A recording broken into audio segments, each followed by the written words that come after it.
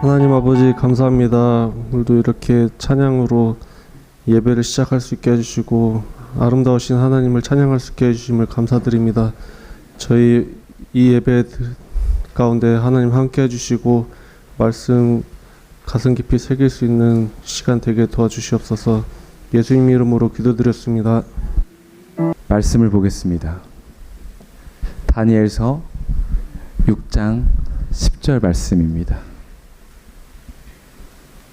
다니엘서 6장 10절 말씀입니다. 찾으신 줄 알고 다 같이 봉독하겠습니다. 시작. 다니엘이 이 조서에 왕의 도장이 찍힌 것을 알고도 자기 집에 돌아가서는 윗방에 올라가 예루살렘으로 향한 창문을 열고 전에 하던 대로 하루 3번씩 무릎을 꿇고 기도하며 그의 하나님께 감사하였더라. 아멘. 저는 성경 인물 중에 누구를 제일 좋아하냐고 물어보면 항상 다니엘을 얘기를 합니다. 모세도 좋고 다 좋아요. 다 좋지만 제가 다니엘을 좋아하는 이유는 무결점 인간입니다. 다니엘은. 그죠? 성경책 어디를 찾아봐도 다니엘은 잘못한 게 없어요. 좀 피해를 당했죠. 힘듦을 겪었어요. 하지만 본인이 잘못한 건 없어요. 다니엘서를 이렇게 읽으면서 다니엘의 삶을 보면서 나도 이런 무결점 인간이 되어야겠다 하고 마음만 먹습니다. 행동으로 삶은 그렇게 되지 않지만 그렇게 되고자 노력을 하려는 그런 사람을 뭐라 그러지? 그 용어가 갑자기 생각이 안 나네요. 내가 본받고 싶은 사람. 멘토 말고 뭐 있는데 그쵸? 선생님 뭔가 생각나려고 하죠. 하여튼 그런 사람. 네. 네? 그렇죠. 롤모델. 고마워요. 네. 다니엘은 저에게 있어서 이래서 배우자가 필요하군요. 저 잘 까먹어요. 항상 이렇게 고급 단어를 이렇게 항상 알려줘. 빠바바바. 네. 그 롤모델이 저한테 다니엘이에요. 사실 저는 다윗 성경을 잘 모를 때는 다윗왕을 존경했어요. 근데 다윗왕은 굉장히 훌륭한 사람이지만 다니엘만큼은 아니거든요. 제가 생각했을 땐 그래요. 우리는 다니엘을 보고 배워야 돼요. 오늘 말씀은 다니엘이 목숨이 위협당하고 있는 상황에 있어도 본인이 그걸 알아요. 그 와중에도 하나님께 기도하는 대목입니다. 하나님께 기도하는 대목이에요. 그 기도를 하면 본인이 죽을 걸 알아요. 사자굴에 던져질 것을 압니다. 그런데 다니엘은 한 채의 망설임도 없이 그 문을 열어요. 열고 항상 하던 대로 기도를 하죠. 막 서민갑부라든지 뭐 생활의 달인 기타 등등 이렇게 흔히 말하는 자수성가하신 분들이 나오는 TV 프로그램을 보면 그분들은 공통적으로 하는 얘기가 있어요. 공통적으로 하는 얘기. 누구나 다 알지만 안 되는 거. 얼마 전에 SNS로 그 순대를 팔아가지고 연간 매출이 3억이신 분, 그러니까 차예요, 푸드트럭. 그걸 몰고 다니시면서 연간 매출이 한 달에 3천만 원씩 파는 거예요.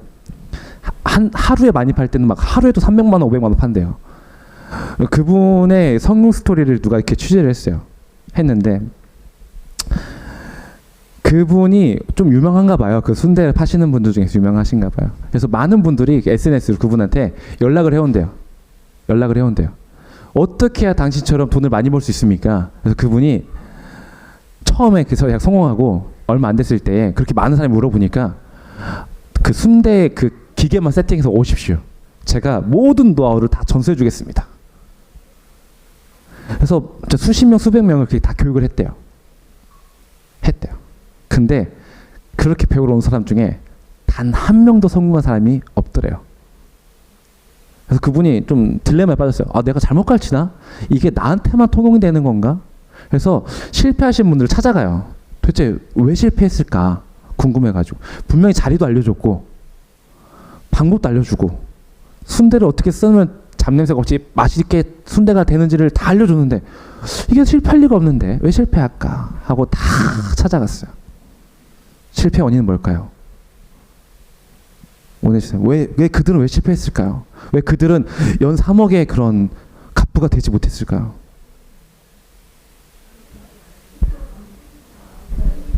네, 문제는 그거예요. 가르쳐 준 대로 안 해. 가르쳐 준 대로 안 해. 꾸준히 안 해. 끈기 있게 안 해요. 그분은 교회를 안 다니시는 것 같아요. 매주 월요일마다 쉰대요. 매주 월요일마다 쉬는데 그 월요일 빼고 항상 새벽같이 일어나서 재료 준비를 하고 부지런히 장사를 하셨대요. 그리고 하루에 딱 정해진 시간이 있대요. 아침에 준비해가지고 점심부터 팔아서 딱 8시, 9시면 그 영업을 종료한대요. 이유는 딱 한 가지입니다. 그 자식들과 함께 시간을 보내기 위해서. 나머지 전 시간이라도 보내려고. 그 하루 종일의 시간 동안 최선을 다하는 거예요. 덥든 뭐하든 최선을 다하는 거예요. 그렇게 꾸준히 했더니 자기는 됐다라는 거예요. 근데 오시는 대부분이 아니고 다 연락은 해온다는 거예요. 지금도 연락은 계속 온대요. 근데 단 한 명도 그걸 실천에 성공한 사람이 없더라는 거예요. 그분이 그래서 그 방송 맨 마지막에 지금도 연락하고 싶으신 분들 하십시오. 대신에 진짜로 나처럼 할 수 있겠거든 연락을 주세요.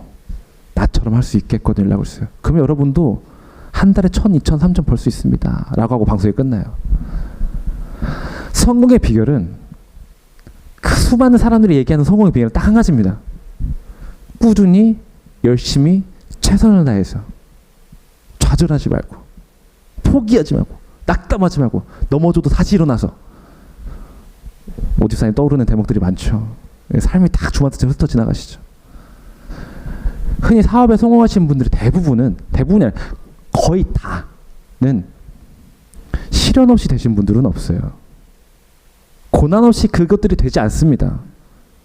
근데 우리는 그 성공한 그 상태만 봐요. 그리고 그 과정을 보지 않죠.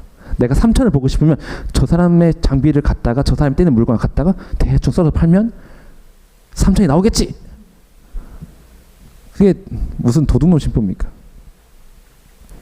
그 도둑놈 심보를 드러내지 않은 성경 인물 중에 제일 존경하는 분이 제 다니엘이에요. 다니엘은 도둑놈 심보가 없어요. 도둑놈 심보가 없습니다. 이때 당시에 다니엘의 배경을 보면 그게 더 와닿아요. 다니엘은 이때 어떤 상태였죠, 장로님? 네, 총리를 했을 때예요. 다른 나라의 포로로 잡혀가서 총리가 되어 있을 때입니다. 그리고 한 세대 왕을 이미 거쳐왔어요. 한 세대 왕을 거쳐왔어요. 거기까지 올라가기까지 다니엘이 얼마나 힘든 일이 많았겠어요. 포로로 잡혀간 것부터가 말이 안 돼. 우리는 지금 생각할 수 없는 대목이잖아요. 근데 포로로 잡혀갔어요. 전쟁 포로예요. 그 어린 나이에 막 15살에 잡혀가가지고 온갖 산전수전 다 겪고 마침내 총리가 됐어요. 그 총리 자리에서 좀 내가 좀 권력을 얻었으니까 뭐 기고만장하고 좀 요령을 부려도 될 텐데 그런 거 없이 타협 없이 다니엘은 그 죽음의 순간에 편안한 길로 갈 것이냐 죽음의 길로 갈 것이냐의 선택에서 어렵고 힘든 죽음의 길을 선택을 하는 거야. 좀 편법을 쓸 수도 있겠죠. 딱 30일만 지키면 돼요. 이때 당시에 그 다니엘을 시기 질투했던 고관 대작들이 30일 동안 왕 외에 다른 사람에게 절을 하면 그 사람 죽이자라고 얘기해요. 그리고 그거를 왕의 도장을 딱 찍어줍니다. 근데 왕도 다니엘을 굉장히 사랑하지만 생각을 못한 거죠. 왕이 된 지 얼마 안 됐으니 나의 신하들이 나의 왕권을 강화시켜주기 위해서 이런 걸 올렸구나 하고 기쁜 마음으로 도장을 찍어버려요. 별 생각 없이 찍습니다. 다니엘은 그걸 봤죠. 총리니까 당연히 봤겠죠. 그러면 본인이 죽을 걸 이게 본인을 노리는 수라는 걸 알아요. 다니엘은 굉장히 똑똑한 사람입니다. 그 포로에서 총리까지 될 정도면 굉장히 현명한 사람이죠. 그게 말씀에도 써 있어요. 모든 고관 대접 중에 가장 뛰어난 사람이라고. 그러니까 엄청 현명한 사람이에요. 근데 그 현명한 다니엘이 그래? 그러면 들키지만 하면 되잖아요. 내가 기도하는 거. 그죠? 문 딱 닫고 하면 누가 알 거예요? 소리치지 않고 조용히 기도하면 누가 알 거예요? 그죠? 그렇게 할 수도 있잖아요. 근데 다니엘은 문을 열어요. 볼 테면 봐라. 그리고 소리 높이 기도합니다. 잡아갈 테면 잡아가 봐라. 다니엘은 내가 사자굴에 던져져도 하나님께 나를 구원해 주실 거라고 알았을까요? 난 당연히 죽지 않지 라는 그런 담대함으로 그렇게 했을까요? 아니에요. 다니엘은 죽음을 각오한 거예요. 내가 죽더라도 결코 신앙을 등지지 아니하리라 라는 믿음을 가진 거예요. 뚝심 있게 꾸준히 최선을 다해서 믿음을 지켜가는 거죠. 그게 유일한 성공 비결이에요. 신앙생활을 어떻게 하면 잘할 수 있는가? 어떻게 잘할 수 있죠? 우리가 어떻게 하면 하나님을 만날 수 있는가? 인격적으로 만날 수 있는가? 우리가 어떻게 하면 누가 보기에 저 사람은 훌륭한 신앙인이다, 훌륭한 믿음의 사람이다 라는 그런 말을 들을 수 있는가? 한국교회, 전 세계적으로 기독교에서 절대 풀리지 않는 미스테리죠. 그 질문은 아무도 풀지 못해요. 답을 내리지 못합니다. 근데 더 신기한 건 뭔지 아세요? 답은 다 알아요. 정말 신기한 거. 그게 미스테리야. 답은 다 알아요. 모든 한국교회 전 세계 그 교회 다니는 사람들한테 어떻게 하면 훌륭한 신앙인 될 수 있습니까? 라고 물어보면 답은 다 얘기합니다. 오 집사님, 오네 집사님, 어떻게 하면 훌륭한 신앙인이 될 수 있죠?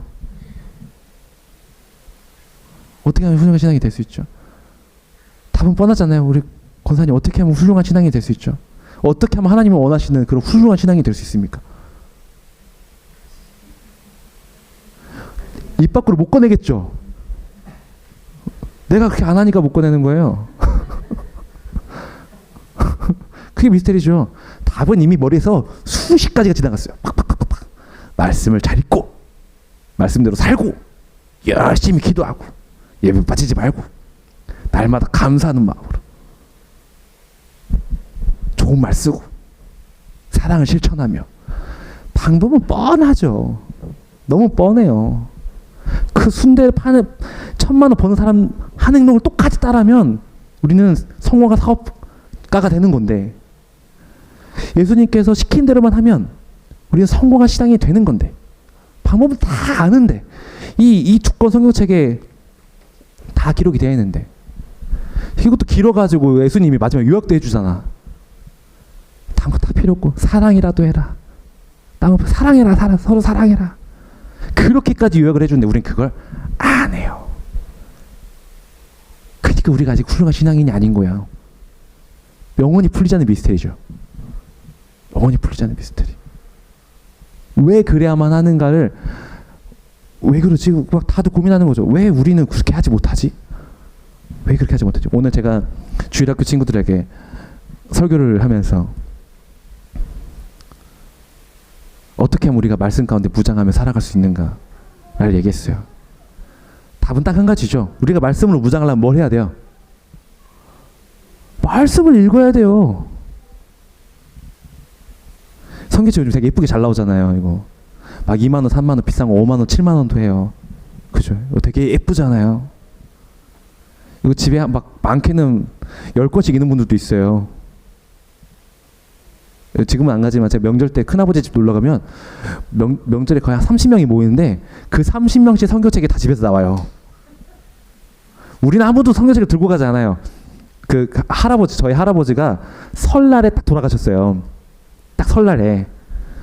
그래서 저는 설날에 예배를 드려요. 다행히 큰아버지가 장로님이셔가지고 아무도 예배를 드릴 거 아는데 저 포함해서 아무도 성경책을 들고 오잖아요. 다 집사야, 다 권사야. 완수 집사도 있어. 전도사도 있잖아요. 아무도 성경책, 지금 그때는 아니었어요. 그때 그냥 청년 나부랭이였습니다. 믿음 없는 청년 나부랭이. 근데 그때 막 찬양팀 막 하고 인도했을 때만 말이에요. 우리 교회에서 이런 놈이 찬양 인도했어요. 얼마나 그래. 막 예배를 드릴 거 알아요. 근데 아무도 성경책이 없어. 근데 그 장로님이 성경책을 막 30권을 척척척척척척 30권. 그 중에는 잘 골라야 돼. 한문으로만 돼 있는 것도 있어요. 잘 골라야 돼요. 한문으로만 돼. 옛날 거 막 이렇게 막 세로로 써 있는 거 이렇게. 가끔 그게 저한테 와요. 그럼 이렇게 막 큰아버지 바꾸죠, 막 바꾸. 근데 그 성경책을 읽지 않으면 읽지 않으면 예쁘고 비싼 쓰레기죠. 진짜 예쁘고 비싼 쓰레기예요. 주일학교 친구들한테 그 얘기를 했어요. 너네 이거 성경책 우리가 말씀 무장한다고 했는데 읽지 않으면 이거는 값비싼 쓰레기다. 쓰레기다 이거. 뭐하러 갖고 있냐 이거. 의미가 없는 거다. 갖고 있으면 써먹어야지. 하나님이 이거 읽고 이대로만 하면 다 준대. 애들아 다 주신대. 얘들아 다 주신대. 여러분 다 주신대요. 이거 읽고 그대로 하면 다 주신대요. 아픈 것도 낫게 해주고 복도 내려주고 은혜도 부어주시고 성령도 충만케 해주시고 다 주신대. 이대로만 하면 인생이 다 번지고 여기 있네. 나 안 읽어. 하지 않아요 우린. 그래서 친구들한테 그 주일학교에 아이들 보내고 있는 엄마들은 잘 기억하셔야 돼요. 자, 일주일 동안 숙제냈습니다. 하루에 10분만 읽자. 하루에 10분만 읽자. 다들 대답을 안 하더라고요. 어느 아이도 네 하고 대답하지 않았어요. 네, 약속은 했습니다. 저 혼자서 약속은 했어요. 네, 주일학교 보낸 엄마들은 꼭 기억하셔야 됩니다. 제가 그랬거든요. 엄마들한테 확인할 거다. 엄마들 꼭 확인하셔야 됩니다. 자기 전에 10분. 그럼 너희들이 정말 꿀잠을 잘 것이다. 하루에 딱 10분만 읽어라. 마지막 딱 읽는 순간에 너희들이 눈이 감기면서 하나님께서 너희들을 꿀잠으로 인도해 주실 거다라고 말했는데, 그랬더니 누군가가, 이게 실명을 거론할 수 없어요. 엄마가 슬퍼할 거니까. 저는 그런 거 안 해도 잘 자는데요? 이렇게 대답하더라고요. 네, 그럴지라도 엄마도 꼭 확인해 주세요. 꾸준히 그렇게 하면, 말씀을 읽고 그대로만 하면 다 돼요. 다니엘은 그걸 한 거예요. 다니엘이 총 몇 대에 걸쳐서 총리를 했죠? 3대에 걸쳐서 했어요. 말이 됩니까? 전쟁 포로 출신의, 그때 당시에 전쟁 포로는 신분이 노비와 같아요. 쉽게 말하면 노비죠. 노비 출신의 총리가, 그것도 말이 안 되는데 그걸 3대나 해먹은 거예요. 그것도 그냥 자리만 지킨 게 아니라 왕의 총애를 받으면서, 왕과 함께 좋은 정치를 펴나가면서 3대 동안 국무총리를 하는 거예요. 얼마나 대단합니까? 그가 타협하고 뭔가 자기 편의를 위해서 생각을 바꿔 나갔으면 3대까지 했겠어요? 굳건하고 뚝심 있게 자기 할 일을 초심을 잃지 않고 굳건하게 해 나가니 왕도 신임하는 거고 백성들도 다니엘을 따르는 거죠. 그리고 그 다니엘의 삶에 가장 흡족하게 그 다니엘을 보고 있는 게 누구겠어요? 하나님께서 기뻐하시는 거죠. 그렇게 자기 목숨 낚이지 않고 문을 열고 기도했을 때 하나님께서 얼마나 기쁘셨겠어요?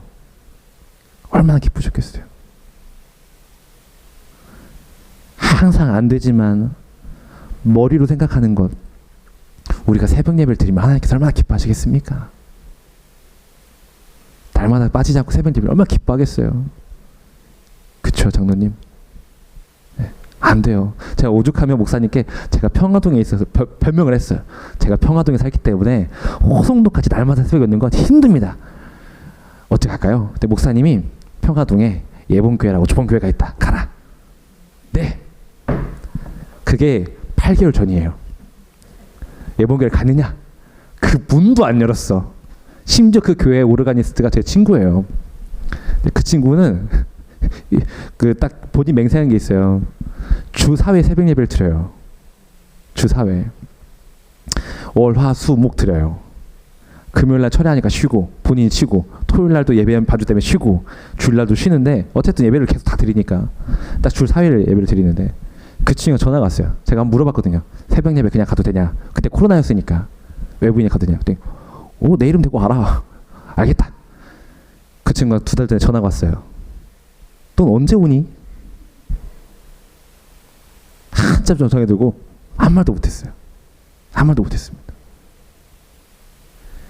그 새벽 5시에 눈 뜨고 막 머리 왜 감아? 그냥 모자 푹 눌러 쓰고 가면 돼요. 그 형식이 뭐가 중요하겠어요? 하는 게 중요한 거죠. 한다라는 게 되게 중요한 거예요. 내가 그렇게 했다. 다니엘처럼 창문 열고 기도하는 게 중요한 거예요. 기도해야지는 아닌 거죠. 해야지는 틀렸어요. 해야지 말고 한다. 언제? 지금. 누가? 내가 지금 새벽 예배를 나간다. 간다. 언제 가지? 이거 말고 지금 간다. 가서 기도하고 예배하면, 내가 기도하면 그 어떤 신의 상담가보다 훌륭하시고 놀라우신 지혜를 가지신 하나님께서 다 들으시고 해결책도 착착착착 딱 그때에 정답이 딱 임할 때에 주님께서 다 알아서 해결해 주실 건데 우리는 안 해요. 안 합니다. 매주 오후마다 제가 항상 이 얘기를 하는 것 같아요. 왜 우리는 안 할까요?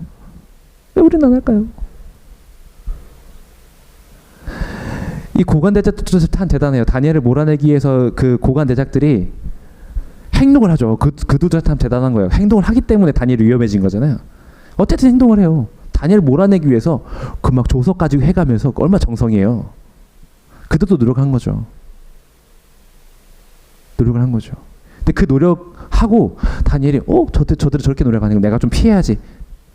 그렇게 한 게 아니라 다니엘도 노력을 또 하는 거야. 더 큰 노력을 하는 거죠.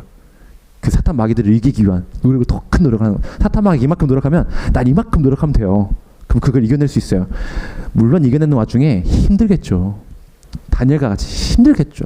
사자굴에 던져질 수도 있어요. 나의 생명이 위험할 수도 있어요. 그럼에도 불구하고 내가 더 큰 사탄 마귀 이겨내기 위한 더 큰 노력을 하면 능력이 아니라 더 큰 능력을 갖추는 게 아니라 더 큰 노력을 하면 이겨낼 수 있어요. 창문만 열면 돼요, 여러분. 창문만 열면 돼요. 그 하나의 노력.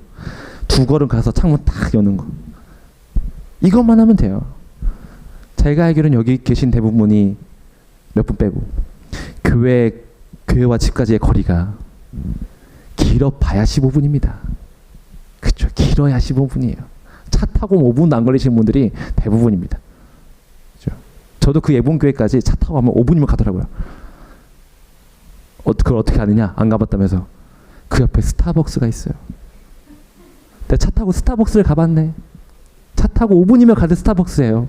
근데 그 5분 거리를 커피는 먹으러 가면서 예배드리러는 안 가요. 하나님께서 얼마나 슬퍼하시겠어요. 우리가 해야 될 일들을 부정하면 우린 죽는 거예요. 우리가 해야 될 일 안 하면 죽는 겁니다. 그렇게 말하면 우리 영은 죽을 수 있어요. 영이 죽으면 끝난 거예요. 영이 죽으면 끝난 겁니다. 우리가 신앙생활하면서 그 얘기를 되게 많이 해요. 감사하면 복이 온다고. 그죠? 설교 시간에 목사님들도 많이 얘기하세요. 감사하세요. 모든 일에 감사하세요. 그럼 복이 옵니다. 90년대 한창 그게 유행했습니다. 그죠? 감사하면 복이 온다고. 복이 얻어있까? 여러분 물론 그렇게까지 감사했는지 모르겠지만 감사하는 마음을 가졌을 거 아니에요. 그랬더니 복이 오던가요? 그럼 나의 삶이 바뀌었어야지. 내가 이거 막 삼성가 그들처럼 아니더라도 내 차가 소나타가 아니라 벤츠 정도는 돼야지. 근데 안 바뀌잖아요. 내 차는 아직도 안 바뀌었어요. 안 바뀌어요. 안 바뀝니다. 차가 바뀌지 않아요. 우와, 롤스로이스다. 저건 남의 차죠. 그건 내 차는 아니잖아요. 우리가 생각하는 그 감사한 복이 온다라는 걸 자꾸 세상적인 관념에서 묶으니까 세상적인 관념에서의 노력만 하는 거예요. 우리는 고관 대작들이 그 노력을 한 거죠. 세상적인 노력으로 다니엘을 이겨보고자 한 거죠. 그들이 찾은 유일한 약점은, 다니엘의 약점은 그가 왕보다 하나님을 사랑한다는 거였어요. 그것밖에 없었어요. 다니엘은 세상적인 능력으로도 고관 대작들에 지지 않았고 영적인 능력으로도 지지 않았어요. 근데 고관 대작을 살펴보니 왕이 너무 다니엘을 사랑하네. 이게 방법은 딱 한 가지밖에 없는 거야. 하나님을 더 사랑해. 그걸 써먹어봐야겠다. 어린 반푼어치도 없죠. 결국엔 다니엘이 이기잖아요. 그죠? 결국엔 다니엘이 이겨요. 다니엘은 그 상황에서 뭐 감사하면 복이 온다. 다 해결되겠지. 이게 아니라 나는 다 감사해. 내 결과가 죽음일지라도 감사해. 이런 마음으로 임한 거예요. 이 마음가짐으로 창문을 연 거죠. 감사한다고 복이 오지 않아요. 인생이 막 절망의 구렁텅이로 빠질 수도 있어요. 다니엘은 그랬잖아요.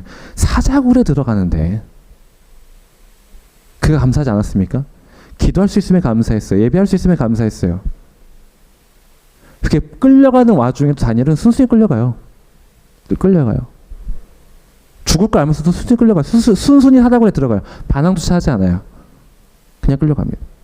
그래, 내가 믿음을 지켜 행함에 있어 죽으면 죽으리라 하고 끌려가요.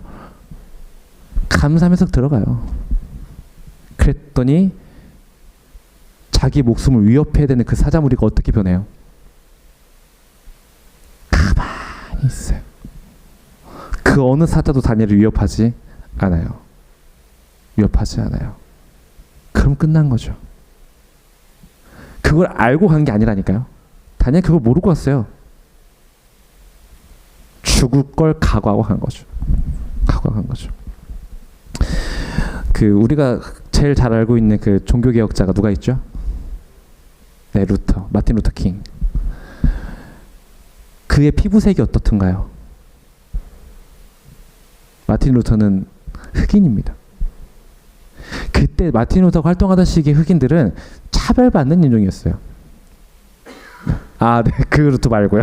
네, 그 루터 말고요. 조금 더 뒤늦게 나온 루터. 그가 흑인이에요.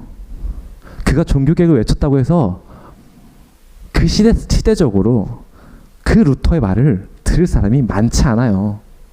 왜? 그가 흑인이라는 이유 하나 때문에. 그래서 실제로 루터의 그 인생사를 찾아보면 루터는 많은 테러를 당해요. 많이 죽을 뻔합니다. 굉장히 위험한 그 시기를 많이 겪어요. 그래서 사람들이 루터에게 물어봐요. 그 마틴 루터 킹에게 물어봅니다. 도대체 왜 이렇게까지 하십니까? 왜 이 길을 그렇게 목숨 위험한 데로 가십니까? 라고 물어봐요. 마틴 루터가 뭐라고 대답했을까요? 이것이 하나님의 뜻이기 때문에 거룩한 대답했을까요? 그렇게 대답해도 멋있었겠지만 더 멋진 대답을 해요. 이렇게 하지 않으면 내 영혼이 자유롭지가 않습니다. 엄청 명언이죠. 그 뜻을 알면 이게 흘겨 들을 수 없는 말이에요. 내 영혼이 자유롭지가 않대요. 그렇게 하지 않으면, 내가 그렇게 목숨 걸지 않으면 내 영혼이 자유롭지가 않다는 거예요. 여러분의 영혼은 자유로우십니까? 막 나의 영혼이 막 억눌리는 것 같고 막 뭔가 막 침체됐다면 내 삶을 돌아보셔야 돼요. 내가 맞서 싸우고 있는가를 보셔야 돼요. 맞서 싸우면 자유로워집니다. 맞서 싸우셔야 돼요.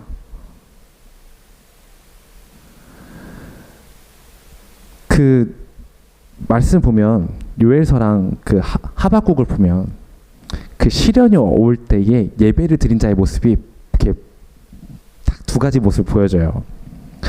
요엘서는 1장 9절에 12절을 제가 읽어드릴게요. 소재와 전제가 여호와의 성전에서 끊어졌고 여호와께 수종드는 제사장은 슬퍼하도다. 밭이 황무하고 토지가 마르니 곡식이 떨어지며 새 포도주가 말랐고 기름이 다하였도다. 농부들아 너희는 부끄러울지어다. 포도원을 가꾼 자들아 곡할지어다. 이는 밀과 보리 때문이라. 밭의 소산이 다 없어졌으므로 포도나무가 시들었고 무화과나무가 말랐으며 석류나무와 대추나무와 사과나무와 밭의 모든 나무가 다 시들었으니 이러므로 사람의 즐거움이 말랐도다 라고 되어 있어요. 여기서 사람의 즐거움이 말랐다는 게 저도 공부해서 찾아보니까 예배가 사라졌다 라고 해석을 하시더라고요. 어려움이 생기니 예배가 사라진 거예요. 그 막 황축의 재앙에 따른 결과가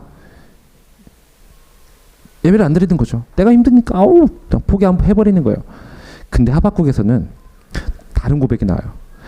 내가 힘들었으므로 내 창자가 흔들렸고 그 목소리로 말미암아 내 입술이 떨렸도다. 무리가 우리를 치러 올라오는 환난 날을 내가 기다림으로 썩이는 것이 내 뼈에 들어왔으며 내 몸은 내 처소에서 떨리는도다. 비록 무화과 나무가 무성하지 못하며 포도나무가 열매가 없으며 감람나무에 소출이 없으며 밭에 먹을 것이 없으며 우리 양이 없으며 외양간에 소가 없을지라도 나는 여호와로 말미암아 즐거워하며 나의 구원의 하나님으로 말미암아 기뻐하리로다. 완전 상반의 고백이죠.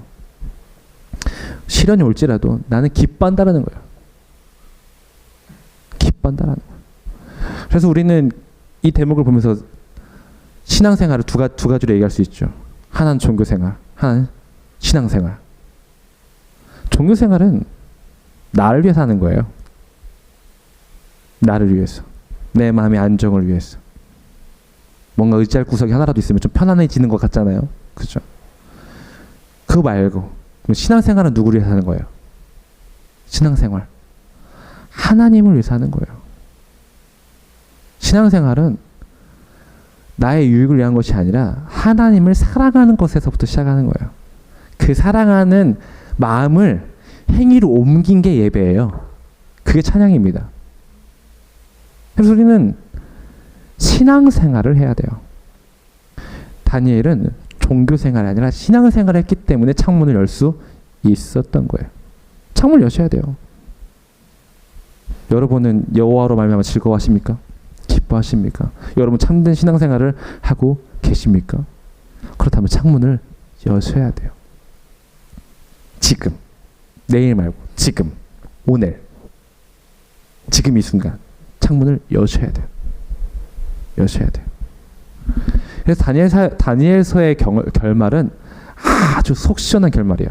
저는 이런 드라마 영화 좋아해요. 속 시원한 결말. 제가 그래서 어벤져스 좋아합니다. 맨 마지막에 캡틴 아메리카가 탁 방패 들고 그 타노스와 그 수많은 무리들 앞에 딱 서요.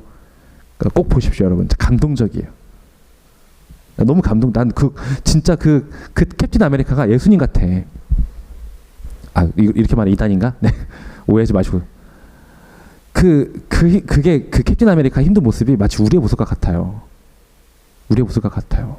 그 캡틴 아메리카 막 싸우다가 막 다 자기 팀이 다 널브러지고 막 다 쓰러지고 혼자서 막 어떻게 일어나가지고 방패 막 주워 들고 막 그 타노스랑 그 수많은 수천 명의 그 대적들 앞에서 다 혼자 서요. 타노스가 피식 웃습니다. 내가 이겼다. 라고 그 표정에서 보여요. 그때 막 이어폰이 꽂아져 있는데 자기 팀들끼리 소통하는 이어폰이 그 캡틴 아메리카 귀에 꽂혀져 있는데 치직거려요. 치직. 그때 갑자기 막 차원의 문이 열리면서 막 그 캡틴 아메리카 그 팀원들이 막 거의 비등 그 타노스 군대처럼 막 나옵니다. 막 나와요. 그 캡틴 아메리카 막 기세 등등한 갑자기 표정이 바뀌어요. 기세 등등한 표정으로 딱 앞에 가가지고 그 타노스를 쳐다보면서 어벤져스 어셈블 다 하면서 막 돌격하고 벽이 이겨내거든요. 그 전쟁을 승리로 이끌어요. 그게 멋진 장면 아닙니까? 그 절망의 시기에 캡틴 아메리카는 알았을 거예요. 그 주인공은 알았을 거예요. 내가 결국 이렇게 싸다 죽겠구나. 알았겠죠. 그게 마치 고난을 맞은 우리 모습 아닙니까? 이렇게 가면 우린 죽을 수밖에 없어요. 사자굴에 들어간 다니엘은 그 마음이었을 거예요. 그래, 죽지만 난 내 할 일 하자 하고 갔을 거란 말이에요. 근데 전혀 생각지도 못하게 수천 명의 군대가 그 손길 하나에 그 대적을 물리치는 거예요. 마치 하나님의 군대처럼. 전 이상한 데서 하나님을 봐요. 그 군대가 막 나오는데 저도 모르게 거기 할렐루야 했다니까. 할렐루야. 그 캡틴 아메리카가 딱 승리하고 딱 했을 때 예수님이 나를 저렇게 도우시는구나 라고 깨달았어요. 그 수천 명의 군대가 그 영화에서 나오는 그 군대보다 훨씬 더 강한 군대가 그 어느 군대도 이길 수 없는 그 군대가 나에게 있어요. 내 등 뒤에 있어요. 나와 함께 싸워줘요. 그리고 그 군대는 결코 지지 않아요. 반드시 승리합니다. 그 믿음이 우리에게 있으면 우리는 결코 절망할 일이 없죠. 다니엘처럼. 절망하지 마십시오, 여러분. 우리는 승리할 수 있어요. 결코 주눅 들지 마십시오. 현실 가운데 창문을 열고 하나님을 바라보세요. 그럼 그 삶 가운데서 기쁨과 즐거움이 충만히 차고 넘칠 겁니다. 이 영혼 내부로부터 올라오는 하나님 주신 기쁨과 즐거움이 충만해질 거예요. 여러분, 창문을 여시는 우리 한숨학교의 교회무들이 되시기를 바랍니다. 기도하겠습니다. 사랑해 주신 참으로 감사합니다. 아버지께 우리 사랑하여 주셔서 주 예수 그리스도를 알게 하시고 믿음의 길로 나아가게 하심을 감사합니다.